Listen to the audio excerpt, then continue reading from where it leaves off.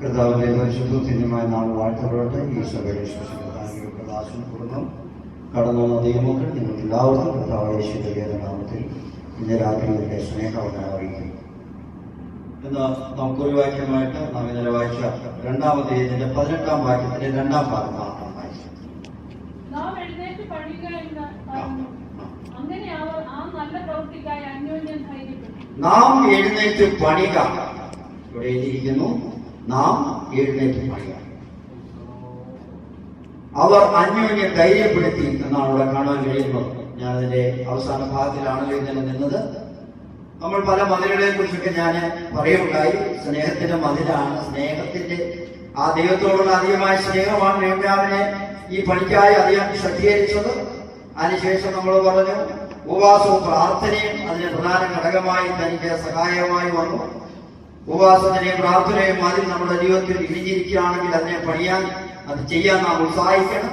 മൂന്നാമതായി കഴിഞ്ഞ രാത്രി പറഞ്ഞത് അതേ കൺഫെഷൻ, ഏറ്റുപറച്ചിലിന്റെ അനുഭവം.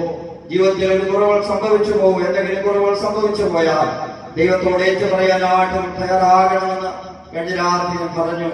നമ്മൾ പലപ്പോഴും മറന്നു കളയാനല്ല, വിട്ടുകളയാനല്ല, പിന്നെയോ കർത്താവിനോട് നമ്മുടെ കുറവുകളെങ്കിലും ഏറ്റു പറഞ്ഞ ക്രമീകരണം പ്രാപിച്ചു മുന്നേറുവാനായിട്ടാണ് ദൈവം നമ്മളെ കുറിച്ച് ആഗ്രഹിക്കുന്നത്. വിശുദ്ധ വേദപുസ്തകത്തിൽ ഞാൻ പറയാറുണ്ട്, വേദപുസ്തകം പറയുന്നു എത്ര നേരം കോപിച്ചുകൊണ്ടിരിക്കാം, സൂര്യൻ അസ്തമിക്കുന്നിടത്തോളം. അപ്പൊ എത്ര മണിക്കൂറുണ്ട്? 12 മണിക്കൂർ താഴെയുള്ളൂ നമ്മുടെ കോപം വെച്ചുകൊണ്ടിരിക്കാനുള്ള സമയം. എന്നാൽ പലരും അങ്ങനെയാണോ എന്ന് ചോദിച്ചാൽ എനിക്കറിയത്തില്ല. കുടുംബത്തിലുള്ള ഭാര്യ ഭർത്താക്കന്മാർ തമ്മിൽ എന്തെങ്കിലും അഭിപ്രായ വ്യത്യാസം ഉണ്ടായാൽ 3 ദിവസം ഇല്ലാതിരിക്കുന്നവരാണോ നിങ്ങൾ? അങ്ങനെ ആകരുത്. സ്തോത്രം. ആരോടും സൂര്യൻ അസ്തമിക്കുന്നതിന് ടൈം തന്നിട്ടുള്ളൂ. അസ്തമിച്ചു കഴിഞ്ഞാൽ കുറച്ച് ടൈം മാത്രമേ ഉള്ളൂ, ഒരു 10 മണിക്കൂറേ ഉള്ളൂ നമുക്ക് ഏറ്റവും കൂടി പോയാൽ. അതിനുള്ളിൽ നമ്മൾ ക്രമീകരണം പ്രാപിക്കണം, നിരപ്പ് പ്രാപിക്കണം. അതാണ് ദൈവം നമ്മളോട് പറഞ്ഞത്. ദൈവത്തിന്റെ ഉപദേശങ്ങളെല്ലാം വളരെ ഗൗരവമേറിയതാണ്. അതിനൊട്ടും ലാഘവത്തോടെ അതിനെ കൈക്കൊള്ളുവാൻ പാടില്ല. പ്രിയപ്പെട്ടവരെ, മനുഷ്യൻ പറയുന്ന ഏതൊരു നിസാര വാക്കിനെ കണക്ക് ബോധിപ്പിക്കണമെന്നല്ലേ പറഞ്ഞിട്ടുള്ളൂ. അങ്ങനെയെങ്കിൽ എത്ര ഗൗരവമാണ് ദൈവിക വിഷയങ്ങൾ എന്നുള്ള കാര്യത്തിൽ നാം ഒട്ടും അലംഭാവം പാടില്ല. എന്താണ് ദൈവത്തിന്റെ വചനം? ഞാൻ ആദ്യം തുടങ്ങിയ ദിവസം തന്നെ പറഞ്ഞു, ദൈവത്തിന്റെ വചനം എന്ന് പറയുന്ന എഴുതപ്പെട്ട വചനമാണ്, കൂടാതെ ദൈവവിശ്വാസി വചനമാണ്. മൂന്നാമത്തേത് പറഞ്ഞില്ല, ജീവനുള്ള ദൈവത്തിന്റെ വെളിപ്പാടാണ്. ജീവനുള്ള ദൈവത്തിന്റെ വെളിപ്പാട്, ജീവനുള്ള ദൈവം നമുക്ക് വെളിപ്പെടുത്തി തന്നിട്ടുള്ളതാണ്. ദൈവശാസ്ത്രപ്രകാരം വെളിപ്പാട് എന്ന് പറയുമ്പോൾ ന്യൂ ഇൻഫർമേഷൻ എന്ന പുതിയ അറിവെന്നാണ്. പ്രിയപ്പെട്ടവരെ, നമ്മുടെ ജീവിതത്തിൽ ദൈവത്തെ കുറിച്ച് പുതിയ അറിവ് കുറച്ചും കൂടെ അറിയാനായിട്ട് നമ്മുടെ ജീവിതത്തിൽ നമുക്ക് ദിവസങ്ങളുടെ ആയിത്തീരേണ്ടത് വളരെ അത്യന്താപേക്ഷിതമായ കാര്യമാണ്. പ്രോഗ്രസീവ് റെവലേഷൻ എന്ന് പറയും. ഉൽപ്പത്തി പുസ്തകം പഠിച്ച് അടുത്ത പുസ്തകത്തിലേക്ക് വരുമ്പോൾ ദൈവത്തെ കുറിച്ചുള്ള നമ്മുടെ അറിവ് വർദ്ധിക്കുന്നു. അത് ഓരോന്നോരോന്നായി പറയാൻ സമയമില്ല, അതിലേക്ക് ഞാൻ പോകുന്നില്ല. പ്രിയപ്പെട്ടവരെ, നമ്മുടെ ദൈവത്തോടുള്ള അറിവ് ദിവസം തോറും വർദ്ധിച്ചു വരണം.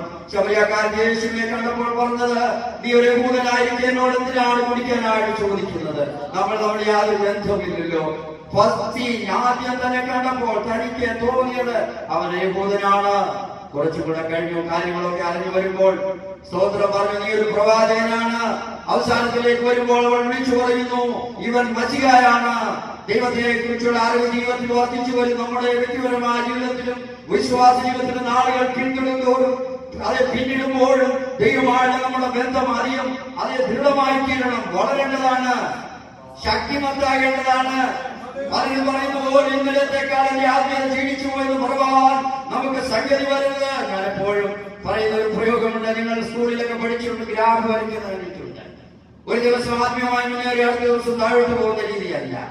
ആത്മീയ അനുഭവത്തിൽ നിലനിൽക്കുന്ന ഒരു ആത്മീയ ജീവിതത്തിൽ ഉടമയായിരിക്കാനാണ് എന്നെ നിങ്ങളെ ദൈവം വിളിച്ചത്.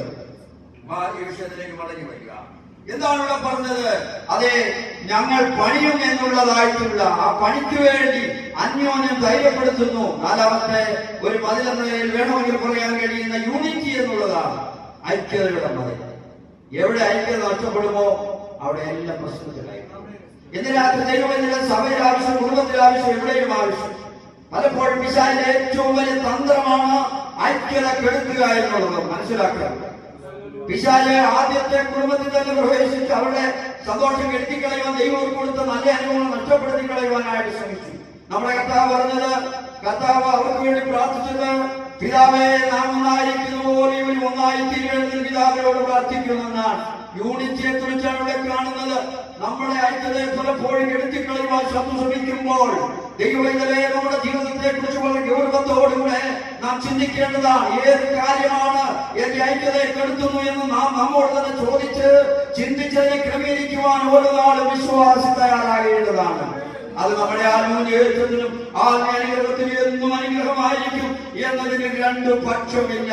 ഇന്ന് രാത്രി നമ്മുടെ ഐക്യതയെ നിർത്തുവാൻ ദൈവത്തിലെ കർത്താവ് തന്റെ മക്കൾക്ക് വേണ്ടി പ്രാർത്ഥിച്ച ഏറ്റവും പ്രധാനപ്പെട്ട വിഷയമായിരുന്നു അതെന്ന് വളരെ ഗൗരവത്തോട് നാം അറിയണം. യൂണിറ്റിയെ കുറിച്ച് പറയുവാൻ ഒരുപാട് കാര്യങ്ങളെങ്കിലും അത്രയും വിശദമാക്കുവാൻ പറ്റത്തില്ലല്ലോ. ഇവിടെ മൂന്നാമതായി അവരെ ഐക്യതപ്പെടുത്തുവാനിടയായി. 17 വാക്യം വായിക്കുമ്പോൾ അതേ താൻ അവിടുത്തെ സ്ഥിതിയെല്ലാം എക്സ്പ്ലെയിൻ ചെയ്തിട്ടുണ്ട്. താൻ അവിടെ നമുക്കറിയാം 2-ാം അധ്യായത്തിന്റെ 11 വാക്യങ്ങളിൽ വായിക്കുമ്പോൾ ആ മതിലുപണിയെല്ലാം അവിടെയെല്ലാം പോയി കൃത്യമായി സെർച്ച് ചെയ്ത് അന്വേഷിച്ച് തന്റെ കുഴപ്പങ്ങളെ കേടുപാടുകളെ കൃത്യമായി തിരിച്ചറിഞ്ഞുകൊണ്ട് വന്നിട്ടാണ് താൻ ഈ കാര്യം അവരോട് പറയുന്നത്. ചുമ്മാതെ പറയുകയല്ല, വെറുതെ സംസാരിക്കുകയല്ല. എന്താണ് പ്രശ്നം, എവിടെയാണ് പ്രശ്നം, ഈ കാര്യമെല്ലാം നമ്മൾ നന്നായി തിരിച്ചറിഞ്ഞു കടന്നു അവരോട് പറഞ്ഞു. നാം ഇങ്ങനെ നീതിതരായി കിടക്കേണ്ടവരാണോ? അതിന്റെ ആവശ്യം നമുക്കുണ്ടോ? അതുകൊണ്ട് നാം എഴുന്നേറ്റ് മതിൽ പണിയുക എന്ന് പറയുകയാണ്. അങ്ങനെ അവർ അന്യോന്യം ധൈര്യപ്പെടുത്തി ദൈവത്തിന്റെ പണിയിൽ മുന്നേറുന്നതായിട്ടാണ് ഇവിടെ നമുക്ക് കാണുവാനായി കഴിയുന്ന പ്രിയപ്പെട്ടവരെ. അതുകൊണ്ട് നമ്മുടെ ജീവിതത്തിൽ പണിയണമെങ്കിൽ, യോജിച്ച് പണിയണമെങ്കിൽ ഒരു ശരിയായ ദർശനം നമുക്ക് വേണം. ഈ ഗോട്ട് എ വിഷൻ. അതെ, നെഹമ്യാവിന് ഇപ്പോൾ ദർശനമുണ്ട്. ആ ദർശനം പ്രകാരം താനിവിടെ വരുന്നു, പണിയുവാനായിട്ട് ചെയ്യുന്നു. മറ്റാർക്കും ആ ദർശനം ശരിയായി ലഭിച്ചിട്ടില്ല. എന്നാൽ നെഹമ്യാവ് കാര്യം അവരോട് ഷെയർ ചെയ്യുമ്പോൾ അവരും ആ വിഷനോട് കോപ്പറേറ്റ് ചെയ്യുകയാണ്, സഹകരിക്കുകയാണ്, ഒരു ഐക്യതയിലേക്ക് വരികയാണ്. നമ്മുടെ മലയാളി പറയുന്ന പോലെ കൊമ്പനയുമ്പോൾ ചാണ്ടി കൊണ്ടുവന്ന സ്ഥിതിയാണ് നമ്മുടെ നാട്ടിലെ പലയിടത്തും കാണുന്ന സ്ഥിതി. ഞാൻ പറഞ്ഞ മലയാളം നിങ്ങൾക്ക് മനസ്സിലായോ? നമ്മുടെ കുട്ടികൾക്കൊന്നും മനസ്സിലാക്കാൻ പറ്റില്ല. ഓക്കെ, ആകട്ടെ, ഒരാൾ അതിനു വേണ്ടി കൂടുതൽ താല്പര്യമെടുക്കുമ്പോൾ മറ്റാളോ അങ്ങനെ വേണോ എന്ന് ചിന്തിച്ചുകൊണ്ട് നല്ല കാര്യത്തെ നിരുത്സാഹപ്പെടുത്തുവാൻ ശ്രമിക്കുമ്പോൾ ഇവർ അന്യോന്യം ധൈര്യപ്പെടുത്തി അവരൊന്നിച്ച് ആ പ്രവൃത്തി ചെയ്യുക. നാം ഒന്നിച്ച് അവരുടെ നാമത്തെ ഉയർത്തുക എന്നുള്ളതാണ്. പ്രിയപ്പെട്ടവരെ, യൂണിറ്റിക്ക് വളരെ പ്രധാനമാണ്, ഇല്ലേ? പ്രാധാന്യമുണ്ട്. ഒരാൾക്ക് ചെയ്യുന്നതിനേക്കാൾ അത് 20 പേർക്ക് ചെയ്യുവാനായിട്ട് വേണ്ടി, ഇല്ലേ? ദൈവത്തിന്റെ ഫലമായി നമ്മളെ പഠിപ്പിക്കുന്നുണ്ട്. അതുകൊണ്ടാണ് വിവാഹം ദൈവം വെച്ചത്. ഒറ്റയ്ക്ക് ജീവിച്ചാൽ എന്താ ചെയ്യാൻ പറ്റും? കുറച്ചൊക്കെ ചെയ്യാം. രണ്ടുപേരുടെ ഒന്നിച്ചായാലോ അതിനേക്കാൾ ശക്തമായി ചെയ്യുവാനായിട്ട് ദൈവത്തോട് വിളച്ചാർന്ന് ശക്തിയോട് ദൈവത്തിന് വേണ്ടി പ്രവർത്തിക്കാനായിട്ട് നമുക്ക് കഴിയും പ്രിയപ്പെട്ടവരെ. അതുകൊണ്ട് തനിക്ക് ലഭിച്ച ദർശനത്തോട് ഒരു കൂട്ടം ആളുകൾ യോജിച്ചു വരുവാനിടെ ആയതുകൊണ്ട് അവരൊന്നിച്ച് പ്രവൃത്തിക്ക് വേണ്ടി മുൻപോട്ട് പോകുന്നതായിട്ടാണ് കാണുന്നത്. ദൈവത്തിന്റെ ദാസനായ അപ്പോസ്തലനായ പൗലോസ് അപ്പോസ്തലപ്രവൃത്തി 26-ന്റെ 19-ാം വാക്യത്തിൽ പറഞ്ഞ വാക്യം നിങ്ങൾക്ക് പരിചയമുണ്ടോ? അതുകൊണ്ട് അഗ്രിപ്പാ രാജാവേ, ഞാൻ സ്വർഗീയ ദർശനത്തിന് അനുസരണക്കേട് കാണിക്കുകയില്ല. ദൈവം തനിക്കൊരു ദർശനം കൊടുത്തു, ആ ദർശനത്തിന് വേണ്ടി ജീവിക്കുവാൻ താൻ തയ്യാറാകുകയാണ്. ദൈവങ്ങളെ, നമ്മുടെ ജീവിതത്തെ കുറിച്ചും ആത്മജീവിതത്തെ കുറിച്ചും നമ്മുടെ ജീവിതത്തിൽ ശരിയായ ദർശനം ഉണ്ടാകേണ്ടത് അത്യന്താപേക്ഷിതമായ കാര്യമാണ്. എങ്ങനെയെങ്കിലും പോവുകയല്ല, എന്തെങ്കിലുമൊക്കെ ചെയ്യുകയല്ല. ഒരു വ്യക്തമായിട്ടുള്ള ആത്മീയ കാഴ്ചപ്പാടോടുകൂടെ നമ്മുടെ ജീവിതം നയിക്കുവാൻ ഓരോ വിശ്വാസിയും തയ്യാറാകാം. ചില കുട്ടികളോട് നമ്മൾ ചോദിക്കുക, നിങ്ങൾക്ക് ആരാകാനാണ് ഇഷ്ടം? ചില പറഞ്ഞാൽ ചിന്തിച്ചിട്ടില്ല. ചില കുട്ടി പറയുന്നത് എനിക്ക് ഇന്നതാകാം. കുറച്ച് കഴിയുമ്പോൾ തീരുമാനം പോലെ പ്രായം ശക്തി മാറുന്നുണ്ടാകാൻ ചിലർക്ക് ഒന്നും പറയാൻ സമയമില്ല. പ്രിയപ്പെട്ടവരെ, നമ്മുടെ ക്രിസ്തീയ ജീവിതത്തെ കുറിച്ച് നമുക്കൊരു ശരിയായ കാഴ്ചപ്പാട് നമ്മുടെ ജീവിതത്തിൽ ഉണ്ടാകണം. ഒരു ദർശനമുള്ളവന് മാത്രമേ ദൈവത്തിന് വേണ്ടി എന്തെങ്കിലും ചെയ്യാനായിട്ട് കഴിയത്തുള്ളൂ. ഞാൻ പറഞ്ഞല്ലോ, ദിവസങ്ങളെല്ലാം ദൈവം നമ്മളെ ഓരോരുത്തരെയും വ്യക്തിപരമായിട്ടാണ് വിളിച്ചത്. ദൈവമായിട്ട് നമുക്ക് കാര്യമുള്ളതും പേഴ്സണലി വ്യക്തിപരമായി തന്നെയാണ്. നാം ഓരോരുത്തരും കണക്ക് ബോധിപ്പിക്കേണ്ടി വരുമെന്നാണ്. ഓരോരുത്തരെന്ന് പറയുമ്പോൾ പുരുഷനും സ്ത്രീയും അതിലുണ്ട്. 3-ാം അധ്യായത്തിൽ വരുമ്പോൾ സ്ത്രീകളെ കൂടെ ഈ പരിപാടിയിൽ, ഈ പണിയിൽ നെഹമ്യാവ് ഉൾപ്പെടുത്തുന്നത് നമുക്ക് കാണുവാൻ കഴിയുന്നു. വേഗം വരാം പ്രിയപ്പെട്ടവരെ. അതുകൊണ്ട് നമ്മുടെ ദർശനം ഒരിക്കലും നഷ്ടപ്പെടാതെ നമുക്ക് കിട്ടിയ ദർശനത്തിന് വേണ്ടി വിശ്വസ്തയോടെ മരണപര്യന്തം ജീവിക്കണം. അതാണ് നമുക്ക് ആവശ്യമാണ്. പുള്ളിക്കാരുടെ ജീവിതത്തിൽ ഐ തിങ്ക് ഈസ് ഓക്കെ. തന്നെ 86 വർഷം പ്രായമുള്ള തന്നോട് യേശുവിനെ വേക്ഷിക്കണമെന്ന് പറയുമ്പോൾ താൻ പറഞ്ഞൊരു പ്രസ്താവന ഒരു ദേവദാസൻ പറയുകയാണ്, last 80 and 60 years he done any mistake in my life, then how I reject my Lord. ഒരു ദേവദാസൻ പറയുന്നു, ദൈവം കഴിഞ്ഞ 86 വർഷം എന്റെ ജീവിതത്തിൽ ഒരു ദോഷവും ചെയ്യാത്ത ദൈവത്തെ ഞാനിങ്ങനെ തള്ളിപ്പറയും. അതുകൊണ്ട് തന്റെ ദർശനത്തിന് വേണ്ടി മരിക്കാൻ തയ്യാറാണ്. തല വെച്ചു കൊടുത്തു, മരിച്ചു. സ്തോത്ര ഭക്തന്മാരുടെ ചരിത്രം നമ്മളത് കാണുകയാണ്. വിശ്വാസത്തിൽ വീരോടെ നിൽക്കുവാനായി, വിശ്വാസം എഴുന്നേൽക്കുവാനായി, ദർശനത്തിന് എഴുന്നേൽക്കുവാനായി നാം ഈ ദിവസം തയ്യാറാകണം. നമുക്കങ്ങനെ വിശദമായി സമയമില്ലല്ലോ. 3-ാം അധ്യായത്തിലേക്ക് ഞാൻ വളരെ വേഗം കടക്കട്ടെ. പ്രിയരെ, എല്ലാ വാക്യങ്ങളും വായിച്ച് നിങ്ങളോട് പറയാൻ എനിക്ക് സന്തോഷമുണ്ടെങ്കിലും സമയം നമ്മെ അനുവദിക്കുന്നില്ല. 3-ാം അധ്യായത്തിലെ വിഷയം നമുക്ക് എല്ലാവർക്കും അറിയാം. മതിൽ പുതുക്കി പണിയുന്നു എന്നുള്ള പ്രായോഗിക വശത്തേക്ക് പ്രവേശിക്കുകയാണ്. അവിടെ തുടങ്ങുന്നത് മഹാപുരോഹിതനെയും പുരോഹിതന്മാരെയും കുറിച്ച് പറഞ്ഞുകൊണ്ടാണ്. ആദ്യം പറയുന്ന മഹാപുരോഹിതൻ എലിയാശീബ് എന്ന് പറയുന്നയാളാണ്. എലിയാശീബ് എന്ന വാക്കിന്റെ അർത്ഥം ദൈവം യഥാസ്ഥാനപ്പെടുത്തുന്നു എന്നുള്ളതാണ്. ഇപ്പോൾ സ്ഥാനഭ്രഷ്ടം വന്നിരിക്കുന്നു, ശരിയായ കാര്യങ്ങൾ അല്ലാതിരിക്കുന്നിടത്തും അതിന്റെ ഇവിടുത്തെ കാര്യങ്ങളൊക്കെ ഡിസോർഡറിലാണ്. എന്നാൽ ഈ എലിയാശീബ് എന്ന പേരിന്റെ അർത്ഥം പോലെ കാര്യങ്ങളൊക്കെ ക്രമീകരിക്കപ്പെട്ടു വരുവാനായിട്ട് പോവുകയാണ്. അതിനായി നെഹമ്യാവിനെയാണ് ഉപയോഗിച്ചത്. നെഹമ്യാവിലൂടെ അനേകരെ വേണ്ടി ഒരിക്കലും ആ പ്രവൃത്തിക്കായി ഇടയായി തീരുകയും ചെയ്യുകയാണ്. ഈ പേര് തന്നെ ഈ പുസ്തകത്തിൽ 2 പ്രാവശ്യവും മറ്റ് പുസ്തകങ്ങളിൽ 5 പ്രാവശ്യം മൊത്തം ഈ എലിയാശീബ് എന്ന പേര് തന്നെ 7 പ്രാവശ്യം ബൈബിളിൽ കൊടുത്തിട്ടുണ്ട്. നമുക്ക് കാണുവാനായിട്ട് കഴിയുന്നു. ഇവിടെ താൻ മഹാപുരോഹിതനായി തന്നെ എലിയാശീബിനെ ഇവിടെ പരിചയപ്പെടുന്നു. എസ്രയുടെ ഒരു സഹായിയായി മറ്റൊരു വേദഭാഗത്തെ ഈ പുസ്തകത്തിൽ തന്നെ രേഖപ്പെടുത്തിയിട്ടുണ്ട്. കൂടാതെ എസ്രയുടെ പുസ്തകത്തിൽ 3 പ്രാവശ്യവും തിരുവനന്തപുരം 1-ാം പുസ്തകത്തിൽ ഈ പേര് 2 പ്രാവശ്യം ഉപയോഗിച്ചിട്ടുണ്ട്. അവിടേക്കെല്ലാം പോകുവാൻ സമയം പോരല്ലോ. ഇവിടെ നാം കാണുന്നു യെരൂശലേമിന്റെ ആ 1-ാം വാക്യം വായിച്ച് വേഗമായി. അങ്ങനെ മഹാപുരോഹിതനായ എലിയാശീബും അവന്റെ സഹോദരന്മാരായ പുരോഹിതന്മാരും എഴുന്നേറ്റ് ആട്ടുവാതിൽ പണിതു. ഇവിടെ കാണുകയാണ് യെരൂശലേമിന്റെ വടക്കേ അറ്റത്ത് സ്ഥിതി ചെയ്യുന്ന ഒരു വാതിലാണ് ഇത് എന്നാണ് മനസ്സിലാക്കുവാനായിട്ട് കഴിയുന്നത്. ആദ്യമായി പുരോഹിതന്മാരും ചേർന്ന് ആ പണി ആരംഭിച്ചിരിക്കുകയാണ്. ധൈര്യത്തോടെ മുമ്പോട്ട് വന്നിരിക്കുകയാണ്. പലതും പറയുമ്പോൾ ആരാ ആദ്യം വരേണ്ടതെന്ന് ചിന്തിക്കാം. പലതും ചെയ്യുമ്പോൾ ഒന്നാമത് ഇറങ്ങാൻ ആളില്ല, ഒന്നാമത് വരുവാൻ ആളില്ല. എന്നാൽ ഇവിടെ പുരോഹിതന്മാരും അതിനുവേണ്ടി ധൈര്യം കാട്ടി മുൻപോട്ട് വന്ന് അവരുടെ ഭാഗം ചെയ്യുകയാണ്. ഇവിടെ വായിച്ചു അവരെന്ത് ചെയ്യുന്നു? ഇവിടെ അവര് ആട്ടുവാതിൽ പണിതു എന്ന് കാണുവാനായി കഴിയുകയാണ്. അതിനവർ ധൈര്യം കാട്ടി എന്ന് നമ്മൾ കാണുകയാണ്. സ്തോത്രം. വാതിലിനെ കുറിച്ച് തന്നെ ഒന്ന് പറയാം. ഏതാണ്ട് ഈ പുസ്തകത്തിലെ 12ഓളം വാതിലുകളെ കുറിച്ച് പറഞ്ഞിട്ടുണ്ട്. അത് നമുക്ക് നോക്കാം. തീർച്ചയായിട്ടും അതിനെക്കുറിച്ച് പറയേണ്ടതാണല്ലോ എന്നതുകൊണ്ട് ഞാൻ പറയുന്നു. 1-ാമത്തെ വാതിലിന്റെ പേര് താഴ്വര വാതിൽ എന്നാണ്. Valley gate for English people ഇല്ലേ? 2:13 അതിനെ കുറിച്ച് പറയുന്നുണ്ട്. 2-ാമത്തെ വാതിലിന്റെ പേര് ഉറവ് വാതിൽ എന്ന് കുറിച്ചിട്ടുണ്ട്. 2:14 3:15 കാണുവാൻ കഴിയുന്നു. ഇത് ശീലോഹം കുളത്തെ കുറിച്ച് പറയുന്നു. അതിനടുത്താണ് ഇത് സ്ഥിതി ചെയ്തിരുന്നതെന്നാണ് കാണുവാനായി കഴിയുന്നത്. നിങ്ങൾക്ക് ഇൻഫർമേഷൻ വേണമെങ്കിൽ യെശയ്യാ 8:6 ശീലോഹാം കുളത്തെ കുറിച്ച് പരാമർശിക്കുന്നുണ്ട്. കൂടാതെ യോഹന്നാൻ 9-ാം അധ്യായം 7-ാം വാക്യത്തിൽ ഒരു കുരുടന് സൗഖ്യം കൊടുത്തിട്ട് യേശു പറഞ്ഞു കണ്ണിലെ ചേറ് പുരട്ടിയിട്ട് കഴുകാൻ പറഞ്ഞത് ആ കുളത്തിൽ പോയാണ്. 9:7 ശീലോഹാം കുളം. കൂടാതെ ലൂക്കോസ് ശേഷത്തില് നമുക്ക് കാണുവാനായി കഴിയുന്നുണ്ട്. ലൂക്കോസിലും 13-ാം അധ്യായത്തിന്റെ 4-ാം വാക്യത്തിൽ അവിടെ ശീലോഹാം ഗോകുലത്തെ കുറിച്ച് പറഞ്ഞിട്ടുണ്ട്. ഓക്കെ, ഇവിടെ എല്ലാം നാം ഇതിനെ കുറിച്ച് കാണുവാനായിട്ട് കഴിയുന്നുണ്ട് പ്രിയപ്പെട്ടവരെ. അതെ, അപ്പോൾ 1-ാമത്തെ വാതിൽ താഴ്വര വാതിൽ, 2-ാമത് പറഞ്ഞത് ഉറവ് വാതിലിനെ കുറിച്ച് ഞാൻ പറഞ്ഞു. അതിനെ കുറിച്ചാണ് ഇപ്പോൾ പറഞ്ഞത്. 3-ാമത്തെ വാതിൽ ആട്ടിൻ വാതിൽ, ഇവിടെ പറയപ്പെട്ട വാതിലാണ്. ആട്ടിൻ ഷീപ്പ് ഗേറ്റ്. 2-ാമത്തെ ഫൗണ്ടെയിൻ ഗേറ്റ് എന്നാണ് കൊടുത്തിട്ടുള്ളത്. Fountain gate. 3-ാമത്തെ ആട്ടിൻ വാതിലിനെ കുറിച്ച് ഇവിടെയും 3:1 12:39 രേഖപ്പെടുത്തിയിട്ടുണ്ട്. ആട്ടിൻ വാതിൽ എന്ന് പറയാൻ കാരണം ഇവിടെ യാഗത്തിന് വേണ്ടി ആളുകളെയൊക്കെ കൊണ്ടുവരുവാനായിട്ട് പ്രധാനമായി വെച്ചിരുന്ന ഒരു വാതിലാണിത് എന്ന നിലയിലാണ് അതിനെക്കുറിച്ച് പറയുന്നതെന്നാണ് മനസ്സിലാക്കുവാനായിട്ട് കഴിയും. അടുത്ത വാതിൽ 4-ാമത്തെ വാതിലിനെ കുറിച്ച് നമുക്ക് കാണുന്നത് മീൻ വാതിൽ എന്നാണ്. ഫിഷ് ഇല്ലേ? ഗേറ്റ് ഭക്ഷണത്തിന്റെ ഒരു ഭാഗമാണല്ലോ മീന്. നാം കാണുന്നത് ഗലീലാക്കടലിൽ നിന്നും യോർദാൻ നദിയിൽ നിന്നും 3:3 12:39 ഈ വാതിലിനെ കുറിച്ച് പരാമർശിച്ചിട്ടുണ്ട്. 3:3 and 2:39.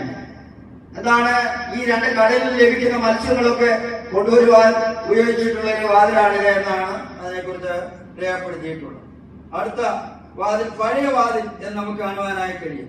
അതിനെക്കുറിച്ച് പറയപ്പെടുന്നത് ഇന്നത്തെ ദമാസ്കസിന്റെ മുൻപിൽ കാണുന്ന പ്രധാന വാതിൽ ആയിരിക്കാം എന്നുള്ളതായിട്ടാണ്. ഒന്നിലധികം മറ്റു സ്ഥലത്തുള്ള വാതിൽ എന്ന പ്രയോഗം അവിടെ ഉണ്ടെങ്കിലും കൃത്യമായി നമുക്ക് അങ്ങനെ പറയേണ്ടതില്ലല്ലോ. 3:6 12:39 ഈ വാതിൽ രേഖപ്പെടുത്തിയിട്ടുണ്ട്. 6ാമത്തെ വാതിൽ കുപ്പവാതിൽ എന്നാണ്.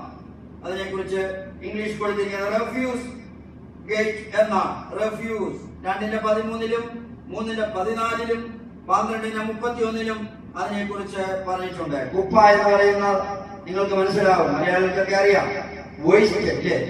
വീട്ടിൽ ആവശ്യമില്ലാത്ത വേസ്റ്റ് ഒക്കെ വരുമ്പോൾ അത് പുറത്തു കൊണ്ട് കളയും. നമ്മുടെയൊക്കെ നാട്ടിൽ ഇവിടെ ഈ ബഹറിൽ ഒത്തിരി ബോക്സുകൾ ഫിറ്റ് ചെയ്തിട്ടുണ്ട് നമ്മുടെ വേസ്റ്റ് എല്ലാം കൊണ്ടിടാൻ. അതെ, പറയുന്നു ഈ സ്ഥലത്തിന്റെ അല്ലെങ്കിൽ ഇവിടെ ഈ സ്ഥലത്തിന് പ്രവേശന കവാടത്തിന് സമീപേ ഇതുപോലെ വലിയൊരു കൂമ്പാരമുണ്ടെന്നാണ്. പ്രത്യേകിച്ച് മൃഗങ്ങളൊക്കെ കഴിക്കുമ്പോൾ അതിന്റെ വേസ്റ്റ് എല്ലാം പുറത്തു കളയുക, പാളയത്തിന് പുറത്തു കളയണം എന്നുള്ള പ്രയോഗം നമുക്കറിയാനായിട്ട് കഴിയും. അതെല്ലാം അങ്ങനെ കൂട്ടിയിട്ടിരിക്കുക. പ്രത്യേകിച്ച് മൃഗങ്ങളുടെ ചാണകം ഒക്കെ നമുക്കാണ്, അതെല്ലാം വളമായിട്ട് ഉപയോഗിക്കുന്നു. എന്നാൽ ഇതുപോലെ ഈ കുപ്പവാതിൽ അതിന് മുമ്പിലുള്ള വാതിലാണ്. കുപ്പ അല്ലെങ്കിൽ ഇവിടുത്തെ വേസ്റ്റ് എല്ലാം പുറത്തു കൊണ്ടുപോകാനായിട്ട് ഉപയോഗിച്ചിട്ടുള്ള വാതിൽ എന്ന നിലയിലാണ് വാതിലിനെ കുറിച്ച് കാണുന്നത്. അത്രയൊക്കെ വിശദീകരണമേ തരാൻ പറ്റുന്നുള്ളൂ. അടുത്തായി നീർവാതിൽ എന്ന പ്രയോഗം നാം കാണുന്നുണ്ട്. 3:28-26 വാക്യങ്ങളിലാണ്. കിദ്രോൻ അടുത്തുള്ള കിദ്രോനിലുള്ള ഒരു വാട്ടർ ഗേറ്റ് എന്ന് കൊടുത്തിട്ടുണ്ട് ഇംഗ്ലീഷിൽ. Water gate. 8ാമത്തേത് കുതിരവാതിൽ എന്നാണ് കൊടുത്തിട്ടുള്ളത്. Horse gate 3:28. ദാവീദിന്റെ പട്ടണത്തിന് ആ സമീപയായിരുന്നു. അവിടെ കുതിരകൾ, പ്രത്യേകിച്ച് യുദ്ധത്തിന് മറ്റു ഉപയോഗിക്കുന്ന കുതിരകളാണ്. അതുമായി ബന്ധപ്പെടുത്തിയാകാം ഇതിനെ കുതിരവാതിൽ എന്ന് പറയാൻ ഇടയാകുന്നതെന്നാണ് മനസ്സിലാക്കുവാനായിട്ട് കഴിയും. അടുത്തത് കിഴക്കേ വാതിൽ ഈസ്റ്റ് ഗേറ്റ് 3:29. കുതിരവാതിൽ 3:28 3:29 കിഴക്കേ വാതിൽ എന്ന് പറഞ്ഞിട്ടുണ്ട്. 10ാമത്തെ വാതിൽ ഹമ്മീഫ് ഹാത്ത് ഇംഗ്ലീഷിൽ ഇൻസ്പെക്ഷൻ ഗേറ്റ് എന്നാണ് കൊടുത്തിട്ടുള്ളത്. 3:31 രേഖപ്പെടുത്തിയിരിക്കുക. ഇൻസ്പെക്ഷൻ എന്ന് പറഞ്ഞ വാക്യം തന്നെ ക്ലിയർ ആണല്ലേ? നമുക്കറിയാം, പല സ്ഥലത്ത് പ്രവേശിക്കുമ്പോൾ അവിടെ വാതിലുണ്ട്. പരിശോധനയ്ക്ക് ശേഷം കടത്തിവിടുന്ന വാതിൽ ആ അർത്ഥത്തിൽ ആയിരിക്കാം. എന്നാൽ 2 വാതിലുകളുണ്ട്. എബ്രൈം വാതിൽ, gate of Ephraim and gate of Gad എന്നാണ്. GARD കാരാഗ്രഹവാതിൽ എന്നാണ് മലയാളത്തിൽ കൊടുത്തിട്ടുള്ളത്. എഫ്രൈം വാതിലും കാരാഗ്രഹവാതിൽ. ഇങ്ങനെ 12 വാതിലുകളെ കുറിച്ച് ഈ നെഹെമ്യായുടെ പുസ്തകത്തിൽ പറയുന്നുണ്ട്. നമ്മൾ ഈ 2 വാതിലുകൾ അടുത്ത അധ്യായങ്ങളിലാണ് പ്രധാനമായി പറയുന്നത്. പ്രത്യേകിച്ച് എബ്രൈം 8:16 12:39 ഈ 2 വാതിലുകളെ കുറിച്ചും രേഖപ്പെടുത്തിയിരുന്നു. അപ്പോൾ ഇത്രയും വാതിലുകൾ അവിടെ ഉണ്ടായിരുന്നു. മതിൽ പണിയുമ്പോൾ വാതിലും ക്രമീകരിക്കപ്പെട്ടുവെങ്കിൽ മാത്രമേ പണി പൂർത്തീകരിക്കപ്പെടൂ. അപ്പൊ വാതിൽ തന്നെ വെച്ച് കഴിയുമ്പോൾ പണിയുടെ ഒരു അതേ ഭാഗം അല്ലെങ്കിൽ വാതിൽ കൂടെ വെച്ചാണ് പണി പൂർത്തീകരിക്കുന്നത്. അപ്പൊ നമുക്കറിയാം, പല വീടുകളും പണിയുമ്പോൾ വാതിൽ വെക്കാറില്ല, ഇല്ലേ? പക്ഷെ വാതിലൂടെ വെച്ചെങ്കിൽ മാത്രമേ ഈ പണി പൂർത്തീകരിക്കപ്പെടുന്നുള്ളൂ. അപ്പോൾ ഈ പറയപ്പെട്ട വാതിലുകളെ കുറിച്ച് നാം ഈ പുസ്തകത്തിൽ രേഖപ്പെടുത്തിയത് കൊണ്ട് ഒന്ന് പറയേണ്ടത് ആവശ്യമായതുകൊണ്ട് ഞാൻ പറഞ്ഞതാണ്. ഇതൊരു പഠന നിലയിൽ കുറെ ഇൻഫർമേഷൻ നമുക്ക് വേണം. ഉള്ളി ഇൻഫർമേഷൻ പോരാ, ഇതിലൂടെ ദൈവം നമുക്ക് നൽകുന്ന ആലോചനകളും നമുക്ക് ശ്രദ്ധിക്കേണ്ടതാണ്. ഞാനിത് ലിറ്ററലി ഞാൻ പറഞ്ഞല്ലോ, ഞാൻ അധ്യാപന നിലയിൽ ഈ കാര്യത്തോടുള്ള അത്യാവശ്യമായ കാര്യമെങ്കിലും പറയേണ്ടത് ആവശ്യമെന്ന നിലയിൽ ഈ ഗേറ്റുകളെ ഒന്നിച്ചെടുത്തു നിങ്ങളോടൊന്ന് വേഗം പറഞ്ഞു തീർത്തു എന്ന് മാത്രമേ ഉള്ളൂ. 3ാം അധ്യായത്തിൽ നിന്ന് വളരെ കുറച്ച് കാര്യങ്ങൾ മാത്രം പറയുവാനായിട്ട് നമുക്ക് എല്ലാവർക്കും അറിയാം. അതിന്റെ 1ാം വാക്യമാണ് നമ്മൾ വായിച്ചു കേട്ടത്. അതേ ധൈര്യത്തോടെ മുമ്പോട്ട് വന്ന, ഇത് പണിയാനായിട്ട് തന്റെ ഇടം കാണിച്ച അതെ മഹാപുരോഹിതനെ നാം അവിടെ കാണുകയാണ്, പുരോഹിതന്മാരെയും കാണുകയാണ്. പ്രിയപ്പെട്ടവരെ, നമ്മെ സംബന്ധിച്ച് നാം കഴിഞ്ഞ വർഷങ്ങളൊക്കെ പറഞ്ഞു, നമ്മൾ ആരാണ്? രാജകീയ പുരോഹിത വർഗം ആണ്. മഹാപുരോഹിതന് ചെല്ലാവുന്ന സ്ഥലത്തേക്ക് ചെല്ലാനുള്ള അധികാരം നമുക്കുണ്ടെന്ന് കഴിഞ്ഞ രാത്രി ഞാൻ പറയുകയുണ്ടായി. അപ്പൊ നമുക്ക് ലഭിച്ച വലിയ പദവിയാണ്. എന്തിനാണ് നമ്മളെ അങ്ങനെ ആക്കിയതെന്ന് ഞാൻ പറഞ്ഞു. അതെ, നെഹമ്യാ അവിടെ മതിൽ പണിയുമ്പോൾ നമ്മുടെ ജോലിയോ കർത്താവിന്റെ സാക്ഷിയായി തീരുക എന്നുള്ളതാണ്. നമ്മളായിരിക്കുന്ന ഇടങ്ങളിലും സാഹചര്യങ്ങളിലും നമുക്ക് ലഭിക്കുന്ന അവസരങ്ങളെല്ലാം കർത്താവിന്റെ സാക്ഷികളാക്കുവാൻ നാം പ്രത്യേകം ശ്രദ്ധിക്കണമെന്നാണ് ഞാൻ പ്രത്യേകമായി പറയുകയുണ്ടായി. തുടർന്ന് താഴ്ത്ത് പഠിച്ചു വരുമ്പോൾ അവിടെ ഈ ഗേറ്റുകൾ പണിയ മാത്രമല്ല, അവിടെ കോട്ടകൾ പണിതു, ഗോപുരം എന്നാ പ്രത്യേകം പറയുന്നത്, ഗോപുരം പണിതു എന്നുള്ളതാണ്. വാച്ച് ഹൗസ് എന്ന് പറയും, വളരെ ഉയരത്തിൽ പണിതു വെച്ചിരിക്കുന്ന ഗോപുരം. അവിടെ കാവൽക്കാരെ ആക്കുന്നു. ഇവിടുത്തെ കാര്യങ്ങളെയൊക്കെ വളരെ സൂക്ഷ്മമായി നിരീക്ഷിക്കാനായിട്ട് കാവൽക്കാരെ ആക്കും നാം കാണുന്നുണ്ട്. അത് യിരെമ്യാ 31-38, സക്കറിയ 14-10 ഈ വാക്യങ്ങളിൽ ഗോപുരം പണിതിരുന്നതിനെ കുറിച്ച്, അല്ലെങ്കിൽ ഗോപുരത്തെ കുറിച്ച് 31-38 രേഖപ്പെടുത്തിയിട്ടുണ്ട്. ഈ സക്കറിയ 14-10 ഗോപുരങ്ങൾ പണിയും എന്നതിനെ കുറിച്ച് പറയുന്നുണ്ട്. അപ്പോൾ നമുക്കറിയാം എന്തിനാ കാര്യങ്ങളെ സസൂക്ഷ്മം വീക്ഷിക്കുവാൻ, ശ്രദ്ധിക്കാനായിട്ട്. അശ്രദ്ധയോടുകൂടെയല്ല അവിടെ എന്ത് നടക്കുന്നു, ശത്രുക്കൾ കടന്നു വരുന്നു, ഇതൊക്കെ വളരെ ശ്രദ്ധയോടെ അതേ അവർ നോക്കിക്കാണും. അവരുടെ കയ്യിൽ കാഹളങ്ങളുണ്ട്. ശത്രുക്കൾ വരുന്നത് കണ്ടാൽ അതിനെ അറിയിക്കാനായിട്ട് അവർ അവരുടെ കാഹളം ഉപയോഗിച്ചിരുന്നതായി നാം മനസ്സിലാക്കിയാണ്. പഴയ നിയമത്തിൽ കാഹളം ഉപയോഗിച്ചതിനാണ് ഒന്നാമതായി സഭയെ വിളിച്ചുകൂട്ടുക നാം കാണുന്നുണ്ട്. സ്തോത്രം. പ്രത്യേകിച്ച് നമ്മുടെ കർത്താവിന്റെ വരവിൽ കാഹളം നാം കാണുന്നുണ്ട് സഭയെ ചേർക്കാനായിട്ട്. പ്രിയപ്പെട്ടവരെ, സഭയെ വിളിച്ചുകൂട്ടുവാനും പുറപ്പെടുവിക്കുവാനും ഒക്കെ കാഹളം ഉപയോഗിച്ചിട്ടുണ്ട്. അപ്പോൾ ശത്രു വരുന്നു എന്നുള്ളത് അറിയിക്കേണ്ട വലിയ ഉത്തരവാദിത്വം നമുക്കുണ്ട്. യെശയ്യാപ്രവചനം 60 വായിക്കുന്നു ഇല്ലേ? യെശയ്യാപ്രവചനത്തിൽ പ്രത്യേകിച്ച് പ്രവാചകൻ നമ്മളോട് പറയുന്നു, നിന്റെ ശബ്ദം ഉയർത്തി, കാഹളം പോലെ ഉയർത്തി എന്നാണ്. അതെ, വളരെ ശബ്ദത്തിൽ ഉയർത്തി ഇസ്രായേൽ ജനത്തിന്റെ അകൃത്യങ്ങളെയും പാപങ്ങളെ അവരെ അറിയിക്കണമെന്നാണ്. അവരോട് സംസാരിക്കണം, അവർക്ക് വാണിജ്യം നൽകുക എന്നുള്ളതാണ്. പ്രവാചകന്മാർ പലപ്പോഴും പറഞ്ഞു, കർത്താവ് പറഞ്ഞത് അല്ലെങ്കിൽ ദൈവം അവരോട് സംസാരിച്ച വാക്കുകളൊക്കെ പലപ്പോഴും അനുസരിക്കാതിരുന്നപ്പോൾ ദൈവം അവരോട് പറഞ്ഞു, വീണ്ടും നീ അവരോട് പറയണം. അവർ കേട്ടാലും കേട്ടില്ലെങ്കിലും അവരോട് പറയണമെന്നാണ്. സംസാരം നിർത്താൻ ഒരിക്കലും സാധ്യമല്ല. കേൾക്കോ കേൾക്കയില്ലയോ എന്നുള്ളത് അവരുടെ വ്യക്തിപരമായ ഉത്തരവാദിത്തമാണ്. പറയുക എന്നുള്ളതാണ് അതേ ദൈവം നമ്മളെ ഏവരെയും ഏൽപ്പിച്ച ഉത്തരവാദിത്തം. പറയാൻ ഞാൻ പലപ്പോഴും അവളോട് സുവിശേഷം പറഞ്ഞിട്ടുണ്ട്, കർത്താവിനെ കുറിച്ച് പറഞ്ഞു, അവൾ കേട്ടിട്ടില്ല. നിർത്തരുത്, ഈ അവസരം കിട്ടുമ്പോൾ അവസരം ഉണ്ടായാൽ അടുത്ത ദിവസവും പറയണം. അതാണ് കർത്താവ് പറഞ്ഞത്. എപ്പോഴാണ് കർത്താവ് പറഞ്ഞു? വിത്തിന്റെ ഉപയിൽ പറഞ്ഞതുപോലെ വിധേയവുമായി ബന്ധപ്പെട്ട വ്യത്യസ്ത സാഹചര്യങ്ങളെ കുറിച്ച് പറയുന്നത് പോലെയല്ല, അതുമായി ബന്ധപ്പെട്ട മറ്റൊരു വാക്യം ബൈബിളിലുണ്ട്. ഇതാണോ അതാണോ പ്രയോജനപ്പെടുന്നത് ആർക്കറിയാം? ഈ വിത്താണോ ഫലപ്പെടുന്നത്, അതോ മറ്റൊന്നാണോ വേറെ സമയത്ത് വിതയ്ക്കുന്ന വിത്താണോ അതേ പ്രയോജനപ്പെടുന്നത് നമുക്കറിയത്തില്ല. കർത്താവിന്റെ വചനം പറയുന്നു, ദൈവത്തിന്റെ വചനം ഒരിക്കലും വൃഥാവായി മടങ്ങി വരികയില്ല. അയച്ച കാര്യം സാധിപ്പിക്കാതെ ദൈവത്തിന്റെ വചനം ഒരിക്കലും മടങ്ങി വരുത്തില്ല. ഇത് നാം സുവിശേഷം പറഞ്ഞാൽ നാളെ ചിലപ്പോൾ രക്ഷിക്കപ്പെട്ടില്ലെന്ന് വന്നേക്കാം, നാളുകൾക്ക് ശേഷം രക്ഷിക്കപ്പെട്ടതായി നമുക്ക് അറിയുവാൻ ചിലപ്പോൾ കഴിയും. തീർച്ചയായും ഇങ്ങനെയുള്ള ഒരുപാട് അനുഭവങ്ങളുണ്ട്. അതിനെക്കുറിച്ച് പറയുവാൻ ഞാൻ പോകുന്നില്ല. നാം ചെയ്യേണ്ടതിന്റെ ഉത്തരവാദിത്വം ഞാൻ നിങ്ങളോട് പറഞ്ഞു എന്ന് മാത്രമേ ഉള്ളൂ. ഈ 3-ാം അധ്യായത്തിൽ 10 വാതിലുകളും പൂർത്തീകരിച്ചതായിട്ട് രേഖപ്പെടുത്തിയിട്ടുള്ളൂ. അവസാനം പറഞ്ഞ 2 വാതിൽ ഒഴിച്ചുള്ള 10 ഗേറ്റുകളും പണി തീർത്തു എന്നുള്ള കാര്യം വളരെ വ്യക്തമായി അവിടെ നമുക്ക് കാണുവാനായി കഴിയുന്നുണ്ട്. പ്രിയപ്പെട്ടവരെ, അതേ ദൈവത്തിന്റെ ദാസനായ നെഹമ്യാവ് ഈ പണികളെ ഒരു 45 സെക്ഷനുകളായി വിഭജിച്ചു. അതിൽ ഓരോരുത്തരും അതിന്റെ ലീഡർഷിപ്പിനെ ആക്കി കാര്യങ്ങളൊക്കെ വളരെ നല്ല നിലയിൽ ക്രമീകരിക്കുകയാണ് ചെയ്തത്. കാര്യം എല്ലാം വളരെ ശ്രദ്ധയോടുകൂടെ താൻ ചെയ്യുവാനായിട്ടിടയായിരിക്കും. മാത്രമല്ല, നാം മനസ്സിലാക്കുമ്പോൾ അതിന് സമീപത്ത് ജെരിക്കോയിൽ നിന്നും കടന്നു വന്നവർ, യെരിക്കോയിൽ നിന്ന് കടന്നു വന്നവരും ഈ പണിയിൽ അവരെ സഹായിച്ചതായി നാം പ്രത്യേകം കാണുന്നുണ്ട്. 3-2 വാക്യങ്ങളിൽ പ്രത്യേകം രേഖപ്പെടുത്തിയിരിക്കുന്നു. യെശയ്യാ പുസ്തകം 2-34 ഇതിനെക്കുറിച്ച് പരാമർശിക്കുന്നുണ്ട്. മാത്രമല്ല, ഇതിനടുത്തുള്ള ഒരു സിറ്റി, ഏതാണ്ട് തെക്ക് ഭാഗത്തായി സ്ഥിതി ചെയ്യുന്ന ഒരു ചെറിയ ഗ്രാമം അല്ലെങ്കിൽ ഒരു ചെറിയ പട്ടണമാണ് തെക്കോവ എന്ന് പറയുന്ന പട്ടണം. അവിടെ നിന്നുള്ള ആളുകളും ഇവിടെ കടന്നു വന്ന് അതേ പണിയെ സഹായിക്കുന്നുണ്ട്. എന്നാൽ 3-ാം അധ്യായം 5-ാം വാക്യം പ്രത്യേകം ഒന്നെടുത്ത് വായിച്ചാൽ നമുക്ക് വളരെ പ്രത്യേകം വായിക്കേണ്ടതാണ്. അത് വായിക്കാം. സെക്കൻഡ് പാർട്ട് മതി, അതിന്റെ 2-ാം ഭാഗം മതി. നമുക്കത് വായിച്ചോ. അവരുടെ അപ്പുറം തെക്കോവ്യർ അറ്റകുറ്റം തീർത്തു, എന്നാൽ അവരുടെ ശ്രേഷ്ഠന്മാർ കർത്താവിന്റെ വേലയ്ക്ക് ചുമൽ കൊടുത്തു. ആ ഭാഗത്തിന്റെ ഞാൻ പറഞ്ഞത്, അവരുടെ ശ്രേഷ്ഠന്മാർ കർത്താവിന്റെ വേലയ്ക്ക് ചുമൽ കൊടുത്തില്ല. അവർ ശ്രേഷ്ഠന്മാരാണ് എന്നിവിടെ പറഞ്ഞിട്ടുണ്ട്. പക്ഷെ അവർ ഒരു കാര്യം ചെയ്തില്ല.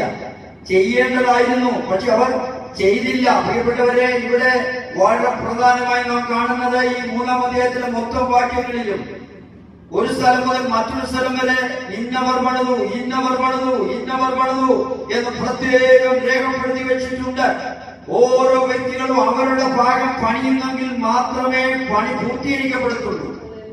ഒരാൾ കാര്യം ചെയ്യുന്നതുകൊണ്ട് കാര്യം ശരിയാക്കില്ല. എന്നെ നിങ്ങളെ ഏൽപ്പിച്ച ഉത്തരവാദിത്തം അവരവർ ചെയ്യണം. പാസ്റ്റർ ഡ്യൂട്ടി, മറ്റു ഓരോ ഉത്തരവാദിത്തം വഹിക്കുന്നവർ അവരുടെ ഡ്യൂട്ടി. കർത്താവിന്റെ വേലയാണ് നമ്മൾ പറയുന്നത്. ഇവിടെ മതിൽപണി നമുക്കില്ല, നമുക്കിവിടെ മതിൽപണിയുടെ ആവശ്യകതയുമില്ല.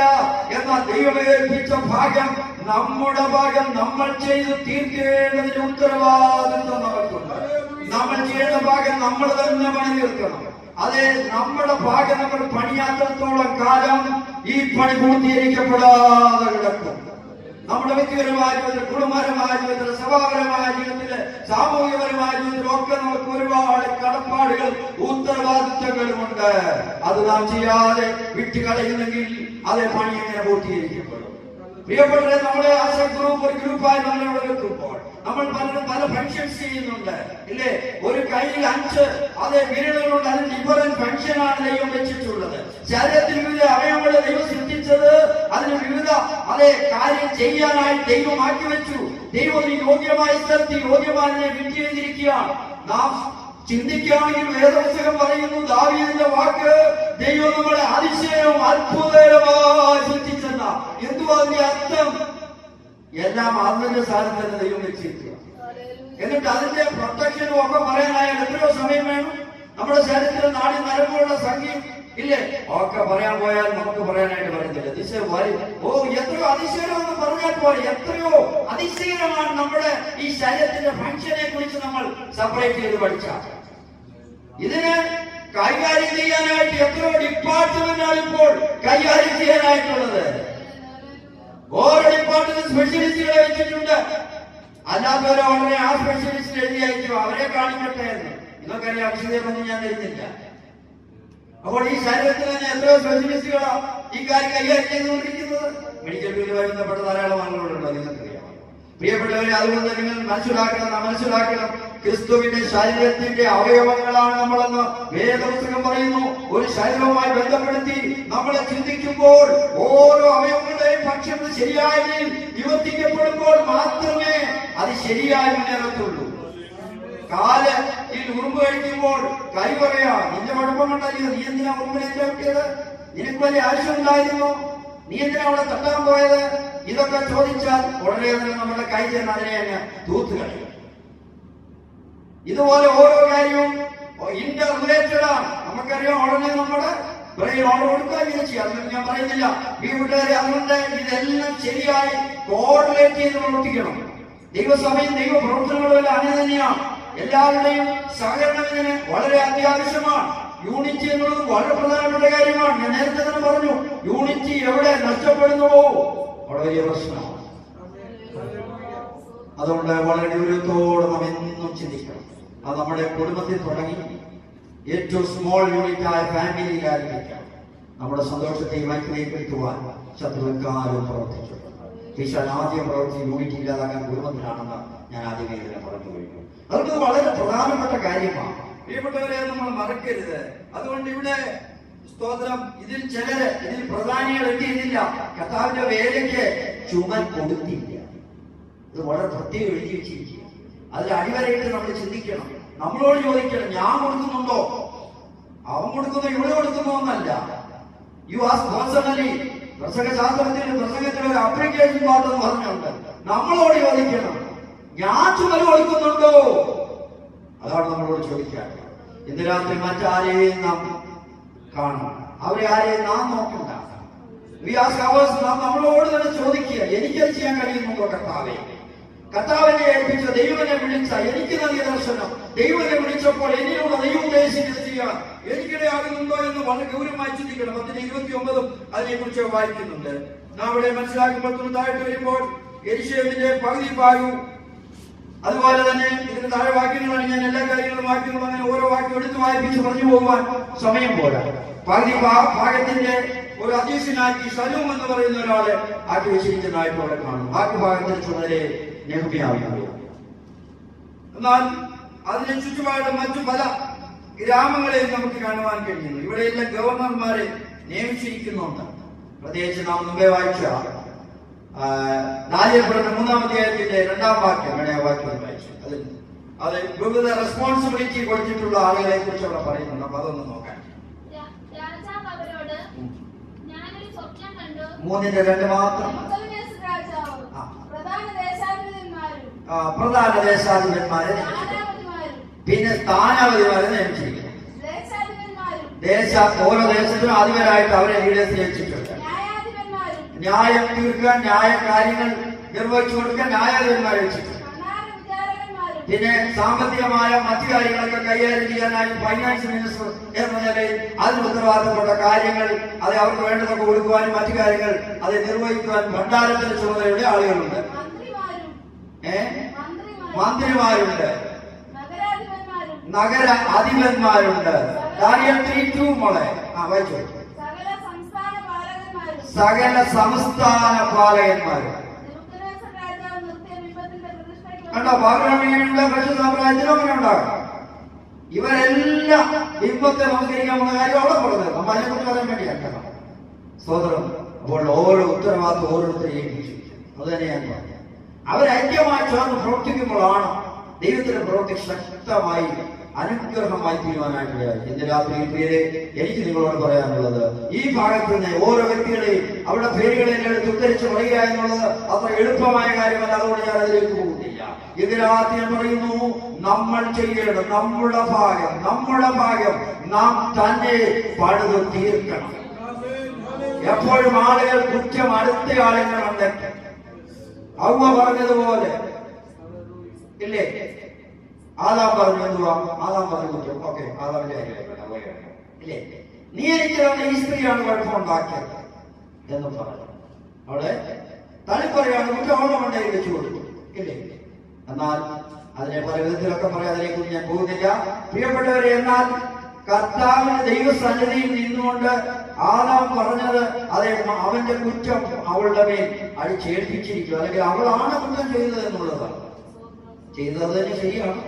അതുകൊണ്ടാണ് അവർക്കൊരു ചെറിയ താഴ്ച വകുപ്പാനായിട്ടുള്ള ചെറിയൊരു കാര്യം അതിനുണ്ടായത് ഇല്ലേ. ദൈവവചനം പറയുന്നു, സ്ത്രീ പുരുഷന്മാർക്ക് സമത്വപ്പെടുത്തിയിട്ടുണ്ടെങ്കിലും ഒരല്പം ഇല്ലേ, അങ്ങനെയൊക്കെ പറയുന്നത് ബുദ്ധിമുട്ടുണ്ടോ? ഇല്ല. വേദോസം പറയുന്നുണ്ട് ഇല്ലേ, തല, സ്ത്രീയുടെ തല. ഞാൻ പറഞ്ഞാണോ ഒരുത്തരം പറഞ്ഞു? എന്റെ പറയാം, ഞാൻ പറയുന്നില്ല. ഞാനൊന്നും പറഞ്ഞാലൊന്നും അതിന് പ്രസക്തിയില്ല. സ്ത്രീയുടെ തല പുരുഷൻ, തലയെന്ന് പറയുമ്പോൾ ശരീരത്തിന് മേളിയിരിക്കുന്ന, പുരുഷന്റെ തല ക്രിസ്തു. പുരുഷന് മേളിൽ തലയുണ്ടെന്ന് മറക്കരുതെന്ന് തന്നെയാണ്. പൗലോസ് പറയുന്നു, ദാസന്മാരോട്, നിങ്ങളുടെ യജമാനന്മാരോട് പൗലോസ് പറഞ്ഞു, യജമാനന്മാരെ നിങ്ങൾ യു ഷുഡ് റിമെമ്പർ, ഒരു കാര്യം ഓർക്കുക, നിങ്ങൾക്ക് മീതെ ഒരു യജമാനുള്ള കാര്യം നിങ്ങൾ മറക്കരുത്. ഇന്ന് രാത്രി ഇവിടെ പറയുകയാണ്. സ്തോത്രം. എന്താണ് നമ്മുടെ ജീവിതത്തിൽ നാം വളരെ പ്രത്യേകമായി ഓർക്കേണ്ട ഒരു പ്രധാനപ്പെട്ട കാര്യം തന്നെയാണ്. അത് മറക്കരുതാത്തതായിട്ടുള്ള ഒരു കാര്യം തന്നെയാണ്. എന്താണ് ഇവിടെ പറഞ്ഞത്? നമ്മുടെ ജീവിതത്തിൽ നമ്മളെ കർത്താവ് വിളിച്ചതും നമ്മളെ ഏൽപ്പിച്ചതും നമ്മൾ വിശ്വസ്തയോടുകൂടെ ചെയ്യാനായിട്ട് ഇടയായി തീരേണ്ടതാണ്. ഇവിടെ ഓരോ വാക്യങ്ങളുള്ള പ്രസക്തമായ ചിന്തകളൊക്കെ പറയാൻ എനിക്ക് സന്തോഷമില്ലാത്തതുകൊണ്ടല്ല, സമയം നമ്മളെ അനുവദിക്കാത്തത് കൊണ്ടാണ് അല്ലേ. 8-ാം വാക്യത്തിൽ 1-2 ചിന്തകൾ പറയാനില്ല. അവിടെ പണി ചെയ്തവരിൽ തൈലക്കാരെ കുറിച്ച് വായിക്കുന്നു. പിന്നെ അതുപോലെ മറ്റു കാര്യം ചെയ്യുന്ന തട്ടാനെ കുറിച്ചൊക്കെ പറയുന്നു. തട്ടാന്റെ ജോലിയൊക്കെ നിങ്ങൾക്ക് അറിയാം, നമ്മൾ പറയുന്ന കാര്യം ഇല്ലേ. ലോഹങ്ങളെ പ്യൂരിഫൈ ചെയ്യുക എന്നുള്ള പ്രധാനപ്പെട്ട ജോലിയാണ്. മറ്റു തൈലം എന്ന് ഉദ്ദേശിച്ചെന്തുവാ? സുഗന്ധ തൈലം, പെർഫ്യൂമിനെ കുറിച്ചാണ്. അതെ, അത് ഉണ്ടാക്കുന്ന ജോലി. ഓക്കെ, അവരത് ചെയ്തു. ഓരോരുത്തരുടെ ഭാഗത്തെ കുറിച്ച് പറഞ്ഞപ്പോൾ പറഞ്ഞതേ ഉള്ളൂ പ്രിയപ്പെട്ടവരെ. തുടർന്ന് നാം മുൻപോട്ട് കടന്നു വരുമ്പോൾ ഈ നീർപ്പാത്തിയെ കുറിച്ച് നമ്മൾ അതിന്റെ 15-ാം വാക്യത്തിൽ വായിക്കുന്നു. നാം നേരത്തെ തന്നെ പറഞ്ഞു, ഇവിടെ നെഹമ്യാവിന്റെ കൂടെ തന്നെ ഗവർണറായി കുറച്ച് ഭാഗം ഉത്തരവാദിത്വം ഏറ്റെടുത്ത ആളാണ് ശലൂം. അതാണ് 12-ാം വാക്യത്തിൽ ഞാൻ നേരത്തെ പറയുകയുണ്ടായി. അതുകൊണ്ട് അങ്ങനെ മൊത്തമായിട്ട് പറഞ്ഞു പോവുകയാണ്. ഈ നീർപ്പാത്തിയുടെ അവിടെ ഒരു ചാനലൊക്കെ ഉണ്ടാക്കി വെച്ച ആള് ഹിസ്കിയാ രാജാവാണെന്ന് ചരിത്രം പറയുന്നു. 2:20-20 2 ദിനവൃത്താന്തം 32-20 നിങ്ങൾ വായിച്ചാൽ നിങ്ങൾക്ക് മനസ്സിലാക്കാൻ കഴിയുന്നു. അവിടെ നീർപ്പാത്തി ഉണ്ടാക്കിയത് യെരുശലേമിലേക്ക് അങ്ങനെ ഒരു ഒരു ചാനൽ ഉണ്ടാക്കി കൊടുത്ത ആള് ഹിസ്കിയ രാജാവാണ്. അവിടെ പറഞ്ഞിട്ടുണ്ട്. അവിടേക്കൊന്നും പോകുന്നില്ല. സ്തോത്രം. വീണ്ടും നമ്മൾ കാണുന്ന ഒരു പ്രത്യേക നിങ്ങൾക്ക് ഇച്ചിരി മനസ്സിലാക്കാൻ ബുദ്ധിമുട്ടുള്ളതെന്ന് തോന്നുന്നത് 2 പദങ്ങളൊക്കെ പറയുക. അതെ, അടുത്ത ഒരു ദേശത്തെ കുറിച്ച്, കെയില എന്നൊരു ദേശത്തെ കുറിച്ച് അതിന്റെ 17 വാക്യത്തിൽ പറയുന്നു. അതെ, തെക്ക് കിഴക്ക്, യെരൂശലേമിന്റെ തെക്ക് കിഴക്ക് ഏതാണ്ട് 24 കിലോമീറ്റർ തെക്ക് കിഴക്കായിട്ട് ഹെബ്രോൻ കുന്നിലുള്ള ഒരു സ്ഥലമാണ് ഈ കെയില എന്ന ദേശം എന്ന് നമുക്ക് കാണുവാനായി കഴിയും. ഇത്രയും കാര്യമൊക്കെ ഞാൻ ജസ്റ്റ് എടുക്കുമെന്നൊക്കെ പറയാൻ ചെയ്യും. അത് എന്തെങ്കിലും ബുദ്ധിമുട്ടുണ്ടോ മനസ്സിലാക്കാൻ എന്ന് നോക്കി ആ ഭാഗങ്ങൾ ഞാനെന്ന് പറഞ്ഞു എന്നേ ഉള്ളൂ. 26 വാക്യം വേഗവസാനത്തിലേക്ക് പോവുകയാണ്. 26 വാക്യത്തിൽ എന്താ പറയുന്നത്? ദൈവാലയ ദാസന്മാർ